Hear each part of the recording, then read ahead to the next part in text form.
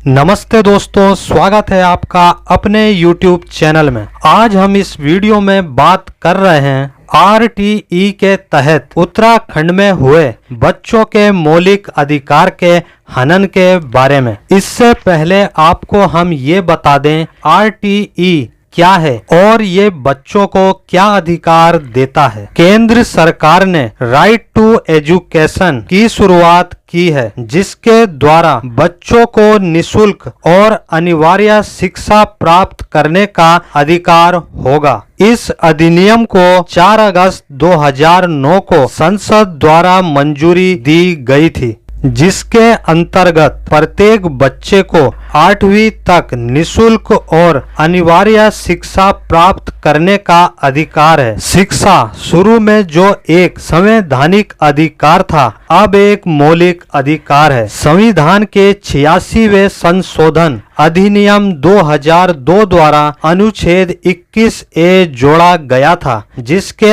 अनुसार राज्य 6 से 14 वर्ष तक के आयु के सभी बच्चों को निशुल्क एवं अनिवार्य शिक्षा का प्रावधान करेगा। भारतीय संविधान का अनुच्छेद 21A 6 से 14 वर्ष की आयु के बच्चों के लिए मौलिक अधिकार के रूप में शिक्षा के अधिकार की गारंटी देता है। अनुच्छेद 21A गारंटी देता है कि राज्य द्वारा दी गई आयु के वर्ग के बच्चों को प्रदान की जाने वाली शिक्षा निशुल्क होनी चाहिए। इसका उद्देश्य वित्तीय बाधाओं को दूर करना है, जो शिक्षा तक पहुंचने में बाधा बन सकती है। अनुच्छेद 21A के प्रावधानों को लागू करने की जिम्मेदारी संबंधित राज्य सरकारों को सौंपी गई है। इसके बावजूद एक रिपोर्ट के अनुसार उत्तराखंड में शिक्षा के अधिकार को लेकर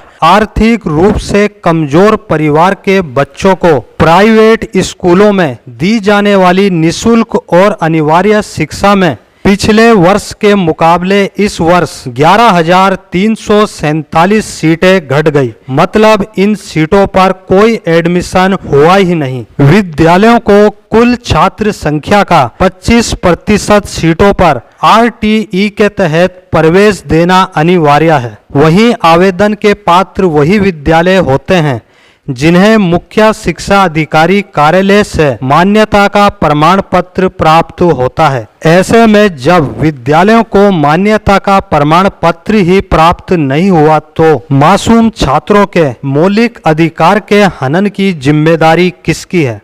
जब हर व्यक्ति चाहे कोई भी काम करता हो, वो अपने काम को पूरी ईमानदारी से निभाता है। उसके काम का समय 8 घंटे हो या 12, वो हर रोज पूरी लगन से उसे पूरा करता है। इसके बदले कुछ लोग तो पूरे महीने काम करके भी बस अपने खाने योग्य ही कमा पाते हैं। ऐसे में अधिकारियों द्वारा आर्थिक रूप से कमजोर परिवार के बच्चों के साथ हुई इतनी बड़ी गलती को कैसे नजरअंदाज किया जा सकता है?